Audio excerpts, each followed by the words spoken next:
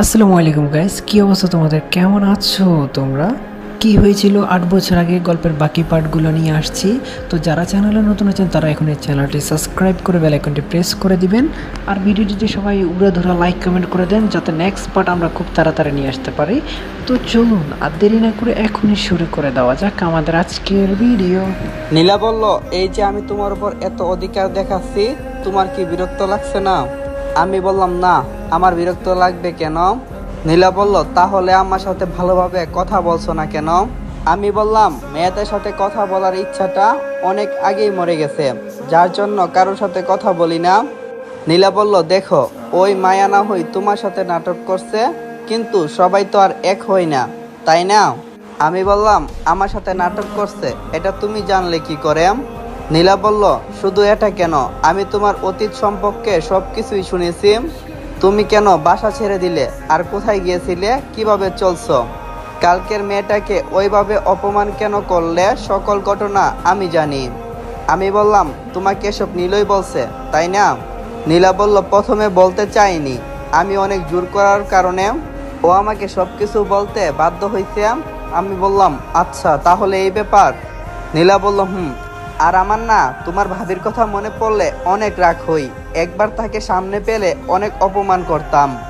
আমি বললাম, সবকিছু আল্লাহর উপর ছেড়ে দিয়েছি, তাকে শাস্তি আল্লাহ তাআলা একদিন দেবে, এটা নিশ্চয়ই। আমরা কথা বলতে বলতে ফুচকা চলে এসেছে।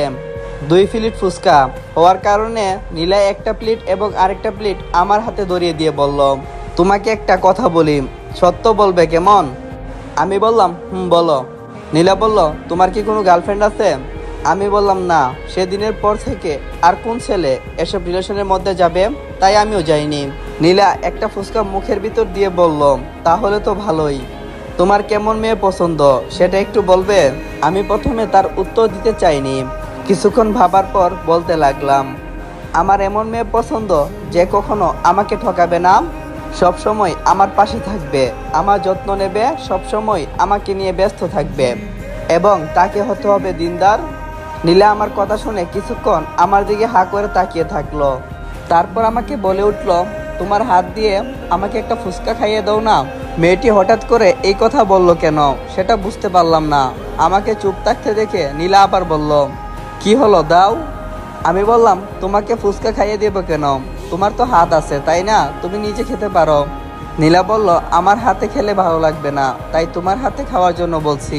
আমি বললাম, চুপচাপ নিজের হাতে খাও, আর আমার খাবার দিকে নজর দিও না। নীলা বলল, দাও না। নীলাকে খাইয়ে দেওয়ার ইচ্ছা আমারও ছিল না, কিন্তু বারবার জোর করার কারণে একটা ফুচকা ওর মুখে দিলাম। দেওয়ার পর নীলা ওর প্লেট থেকে একটা ফুচকা তুলে আমার মুখের সামনে তুলে দিয়ে বলল, নাও, এটা এবার খাও। আমি বললাম, আমি খাবো না। আর কিছু বলার আগেই নীলার হাতটা আমার মুখের ভিতর, আর সে বলতে লাগলো, আগে খাও, তারপর বাকি কথাটুকু বলো। ফুচকা খেয়ে নিয়ে নীলাকে উঠে বললাম, এখন বাসায় চলো, আমার ভালো লাগছে না। নীলা বলল, ঠিক আছে। আমি আর কোনো কিছু না বলে ফুচকার বিলটা দিতে যাব। তখন নীলা বলল, সে নাকি বিল দিয়ে দিয়েছে, আর আমাকে বলল, আমার নাকি বিল দেওয়া লাগবে না, ও নাকি দিয়ে দিয়েছে, আমি অন্য কোনো দিন দিয়ে দিতে।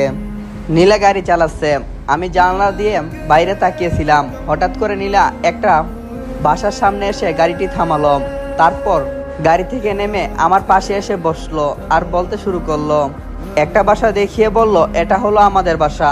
আমি বললাম, খুব সুন্দর। নীলা বলল, শুধু এই বাসাটাই সুন্দর, তাই না, আমি সুন্দর না? লজ্জায় যেন ওর মুখটা লাল হয়ে গেছে। আমি বললাম, তুমি তো অনেক সুন্দর, তাহলে এখন আমি যাই, বলে ড্রাইভিং সিটে গিয়ে বসলাম। তখন নীলা বলল, চলে যাবে কেন, আমার বাসায় ঢুকবে না? আমি বললাম, এখন সময় নেই, না হয় পরে একবার আসবো, এখন তাহলে আমি যাই, কেমন? কথা বলে গাড়িটা চালু করে ওইখান থেকে বাসার দিকে যাচ্ছিলাম। আমার বাসার একটু আগে একটা মোড় আছে, সেখান দিয়ে গাড়ি নিয়ে যাওয়ার সময় দেখলাম অনেক লোকজন দাঁড়িয়ে আছে। তখনই একটা অ্যাম্বুলেন্স এলো, সে একজন মহিলাকে অ্যাম্বুলেন্সে তুলতে লাগলো। সে অনেক আহত ছিল, তার মুখটা দেখে আমি শিহরিত হয়ে গেলাম, কারণ তিনি আর কেউ না, তিনি হলো আমার ভাবি। তাকে অ্যাম্বুলেন্সে তোলা হচ্ছে, ওনার সাথে ভাইয়াও আছে। কিন্তু ওইখানে কি হয়েছে সেটা বাবার জন্য গাড়ি থেকে নামলাম। সেখানে অনেক লোকজন থাকার কারণে একজনকে বললাম, কি হয়েছে? তখন লোকটি বলতে লাগলো, এই মহিলাটি রাস্তা পার হওয়ার সময় হঠাৎ করে একটা মিনি ট্রাক এসে তাকে ধাক্কা দেয়, এখন তাকে হাসপাতালে নিয়ে যাওয়া হচ্ছে। আমি আকাশের দিকে তাকিয়ে একটা মুচকি হাসি দিয়ে লোকটাকে বললাম, ভাই কথাই আছে, আল্লাহ ছাড় দেয় কিন্তু ছেড়ে দেয় না, তাই না? লোকটি বলল, হ্যাঁ অবশ্যই, কিন্তু আপনি এ কথা বলছেন কেন?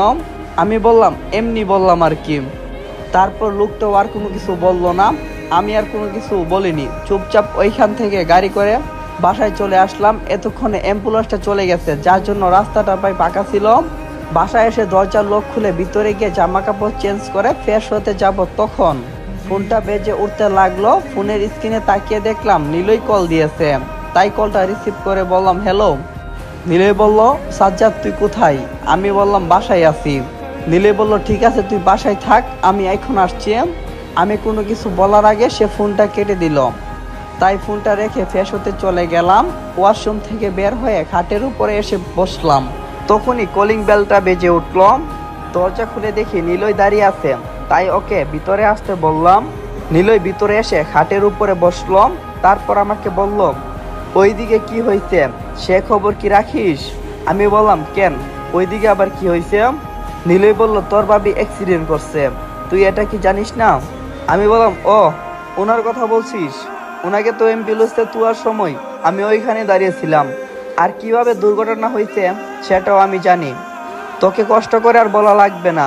নীলই বলল, তাহলে তোর মুখে কোনো চিন্তার ভাব নেই কেন? আমি বললাম, ওনার জন্য আমি কেন চিন্তা করব? উনি আমাকে যে ওনার ব্যাপারে আমাকে চিন্তা করতে হবে? আজকে যা হয়েছে এটা হলো ওনার প্রাপ্য শাস্তি। নীলই বলল, সেটাও এক প্রকার ঠিক বলছিস, যা এসব কথা না হয় বাদ দিলাম, তুই অফিস শেষে কোথায় গিয়েছিলি?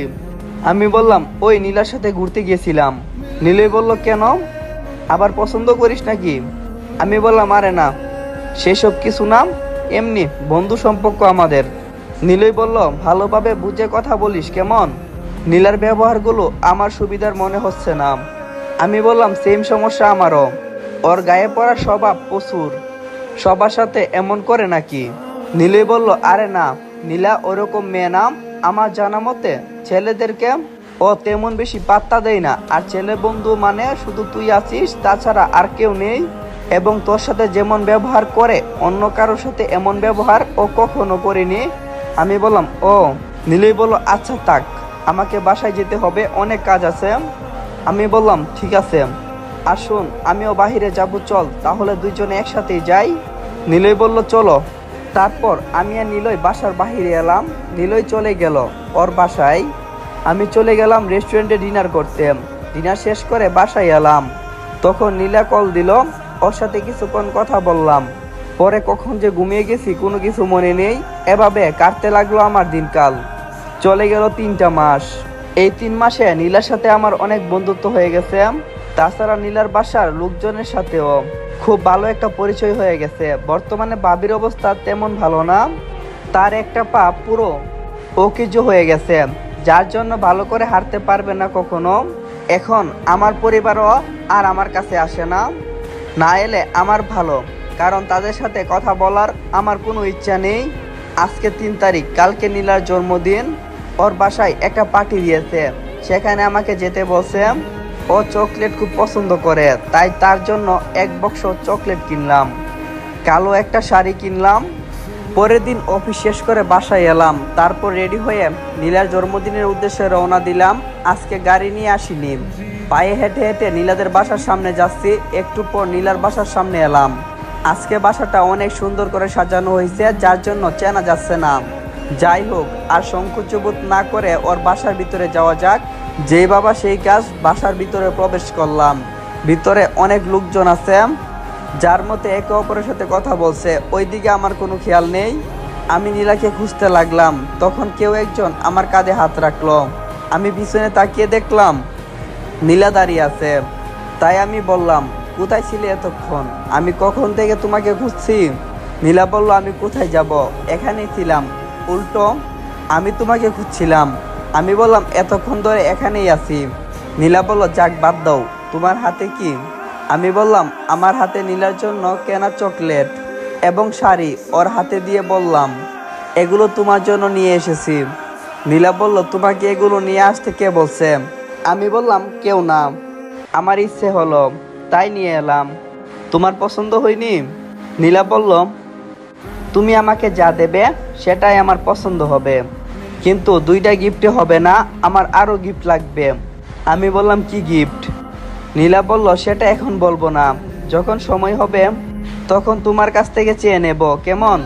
আমি বললাম, ঠিক আছে, সেদিন যদি দিতে পারি তাহলে অবশ্যই দেব। নীলা বলল, আসো আমার সাথে।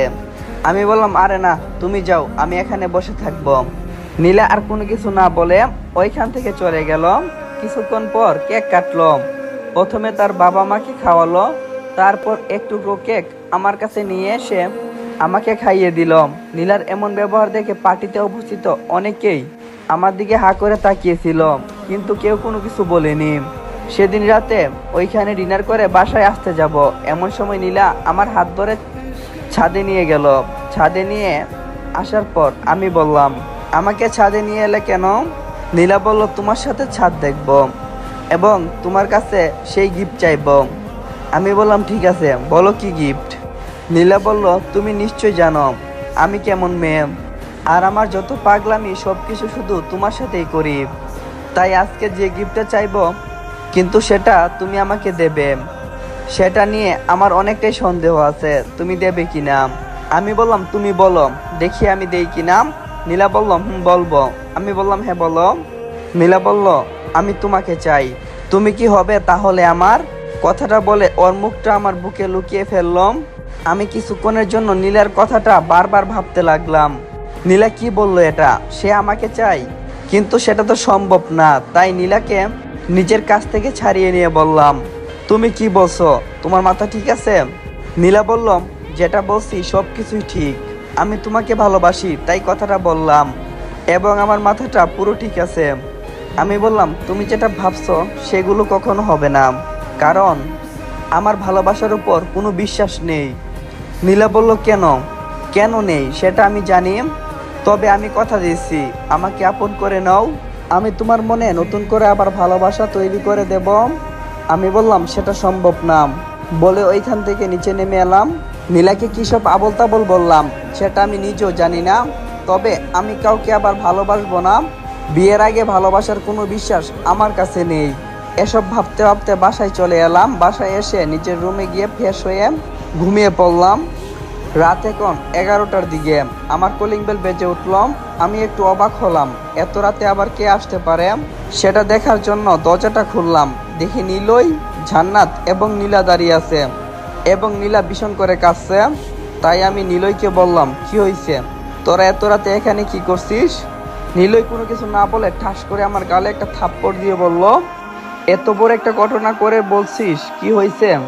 তোদের মাঝখানে পড়তে চাই না, তোরা দুইজনে গিয়ে হিসাব করে বুঝে নে, এবং সাজ্জাদ তুই রাজি হয়ে যা, না করিস না প্লিজ, বলে নীলাকে বাসার ভিতরে ঢুকিয়ে দিল। নীলই আর জান্নাত চলে গেল।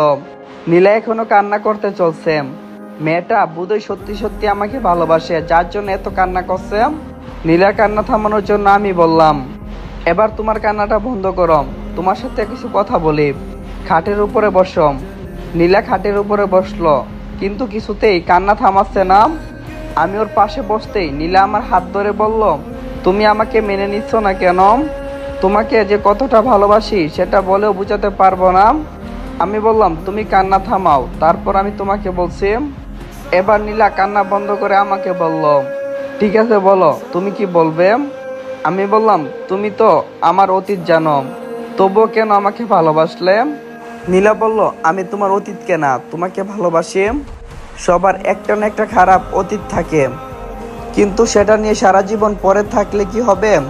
আমি বললাম, আমাকে ভালোবাসলে আবার কবে থেকে? নীলা বলল, যেদিন তোমাকে প্রথম দেখছিলাম সেদিন থেকে। নীলা বলল, যেদিন তোমাকে প্রথম দেখছিলাম সেদিন থেকে। আমি বললাম, দেখো, তোমাকে সত্যি কথা বলি, আমার না এরকম ভালোবাসার উপর কোনো বিশ্বাস নেই। এটা শুনে নীলা আবারও কাঁদতে লাগলো। তখন আমি ওর চোখের পানি মুছে দিয়ে বললাম, আমার পুরো কথাটা শুনো, তোমাকে ভালোবাসবো, তবে সেটা আমাকে বিয়ে করার পর, তার আগে আমার কাছ থেকে কোনো রকম ভালোবাসা তুমি পাবে না। এবার নীলা কান্না থামিয়ে একটা মুচকি হাসি দিয়ে আমাকে জড়িয়ে ধরলো আর বলল ভালোবাসি যখন তোমাকে, তাহলে অবশ্যই তোমাকে বিয়ে করব। আমি বললাম তোমার পরিবার কি আমাদেরকে মেনে নেবে? নীলা বলল আমি আমার পরিবারকে রাজি করিয়ে রেখেছি, সবাই তোমাকে পছন্দ করছে, তাই এটা নিয়ে কোনো চিন্তা করো না। আমি অনেকটাই অবাক হলাম আর বললাম তার মানে তুমি আঙ্কেল এবং আন্টিকে আগ থেকে বলে রাখছো যে তুমি আমাকে ভালোবাসো?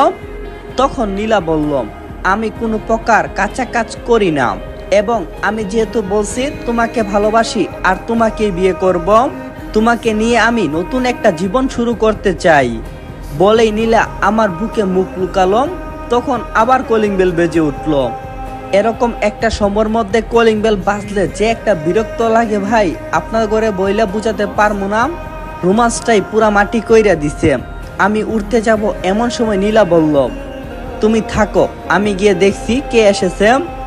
বলে নীলা দরজা খুলে দেখলো নীলয় এবং জান্নাত বাহিরে দাঁড়িয়ে আছে।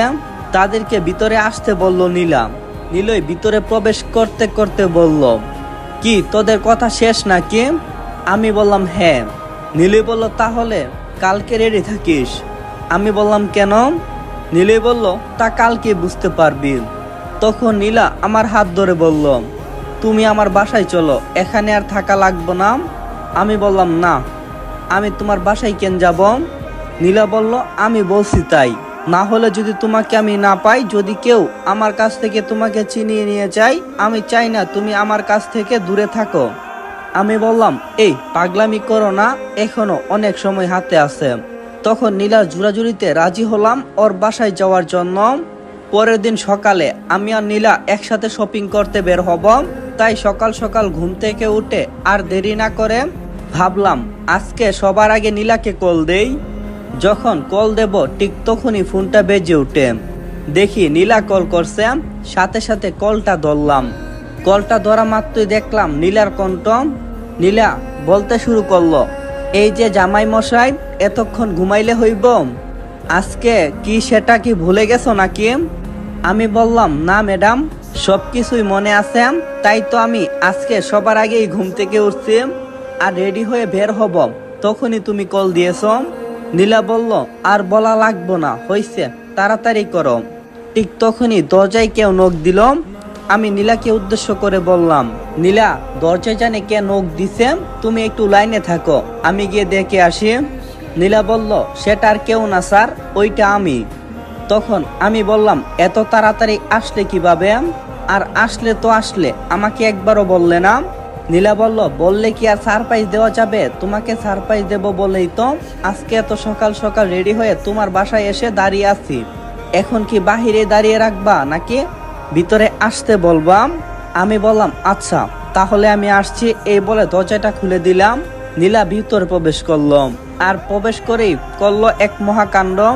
মানে আমার পাগলিটা আমাকে ঝরিয়ে ধরলো আর আমাকে বলতে লাগলো তোমাকে অনেক সুন্দর লাগছে জান, এত সুন্দর তুমি তা কখনো ভাবিনি, আসলে আল্লাহ পাক চাইলে কি না করতে পারে।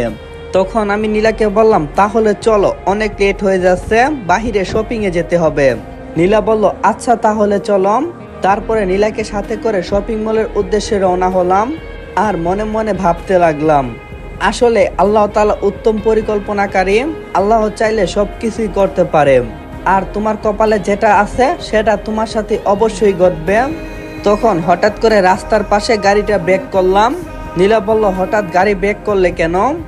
আমি বললাম তোমাকে তো আমি ভালোবাসি, এই কথাটাও আমি তোমাকে বলছি, কিন্তু তোমাকে একটা ফুল দেওয়া হলো না, তাই ভাবলাম একটা ফুল দিয়ে নেই। তখন নীলা বলল বাহ, তোমার দেখি সব মনে আছে, এত রোমান্টিক কবে থেকে হইছ? আমি বললাম তোমাকে আমার করে পাওয়ার পর থেকে। এই বলে আমি ফুলের দোকানে গেলাম, গিয়ে সব থেকে একটা সুন্দর ফুল নিলাম। তারপর এসে নীলাকে দিয়ে বললাম জান, তোমাকে সারা জীবন আমি আমার করে রাখতে চাই, কখনো তোমাকে ছেড়ে যেতে চাই না, তোমার জীবনের সকল বিপদের ছায়া সঙ্গী হতে চাই আমি, যদি তুমি রাজি থাকো। তখন নীলা বলল আমিও চাই। এই বলে নীলা আমাকে পাগলের মতো জড়িয়ে ধরলাম আর এলোপাতারি আমার কপালে কিস করতে লাগলো। আমি বললাম হইছে হইছে, খুশিতে চোখ দিয়ে পানি পড়ছে। আসলে নীলা মেয়েটা অনেক মিশুক আর অনেক মায়াবী। যেদিনের পর থেকে ওকে দেখছি মানে ওর চেহারার দিকে তাকানোর পর থেকে যেন আমার মনে কোনো এক মায়া কাজ করত, কিন্তু সেই মায়াবিনীর জন্য কখনো তাকে কোনো কিছু বলতে পারিনি, কারণ আমি আজও মায়াকে কিছুটা হলেও ভালোবাসি। এসব ভাবছি, তখন নীলা বলল, এই কান্না করছো কেন? জানো তোমার চোখের পানি আমি দেখতে পারি না। আমি বললাম, এই পাগলি, আমি কই কান্না করছি, এইটা খুশিতে বের হয়ে গেছে। নীলা বলল, হয়েছে, আর কতক্ষণ এভাবে দাঁড়িয়ে থাকবে? চলো শপিং করতে যেতে হবে। এই বলে আমরা শপিং মলে গেলাম। এদিকে নিলয় আর জান্নাত, নীলার পরিবার আমাদের বিয়ের সব কাজ করছে। নিলয় জান্নাতকে বলল, জান্নাত তোমাকে একটা কথা বলি। জান্নাত বলল, বলো। নিলয় বলল, আমার বন্ধু সাজ্জাদকে এত খুশি আমি কখনো দেখিনি, ছোট থেকে অনেক কষ্ট করছে ও। জান্নাত বলল, সেটা তো আমি আগ থেকে জানি, আর তুমি তো ওর সব ঘটনাই আমাকে খুলে বলছো। নিলয় বলল, হ্যাঁ। জান্নাত বলল, জানো ওদের দুজনকে না বেশ মানাইছে। আমার বোন কিন্তু অনেক ভালো, আমার চাচা ও চাচির আদরের মেয়ে। নিলয় বলল, তা ঠিক বলছো, আমি চাই ওরা ভালো থাকুক। আর আমাদের সম্পর্কে তো এখন এক বন্ধু আরেক বন্ধুর ভাড়া এবং দুলাভাই হয়ে গেলাম, এটা নিয়ে হাসি ঠাট্টা করছি। আর অন্যদিকে নীলার বাবা নীলার মাকে উদ্দেশ্য করে বলে উঠল, শোনো এদিকে আসো, তোমার সাথে কিছু কথা আছে। নীলার মা বলল, বলো, কি বলতে চাও? এত কাজ পড়ে আছে। নীলার বাবা বলল, শুনো, আমাদের একমাত্র মেয়ে হলো নীলা। নীলার মা বলল, সেটা তো আমি জানি, তো কি হয়েছে? নীলার বাবা বলল, দেখো, আমি আমার মেয়ের দিকে তাকিয়ে সবকিছু মেনে নিয়েছি, আর তা না হলে। নীলার মা বলল, বলো কেন, কি হয়েছে আবার? নীলার বাবা বলল, আমি ওই ছেলের হাতে কিভাবে আমার মেয়ের হাত তুলে দেব, যার কোনো অস্তিত্ব নেই। সে একটা এতিম, যার কোনো বংশ নেই, না আছে কোনো বাবা মা, না আছে কোনো ভাই বোন। আমি তো চাইলে আমার মেয়ের হাত ওই ছেলের হাতে কখনো তুলে দিতে পারি না। নীলার মা বলল, তুমি এসব কি বলছো?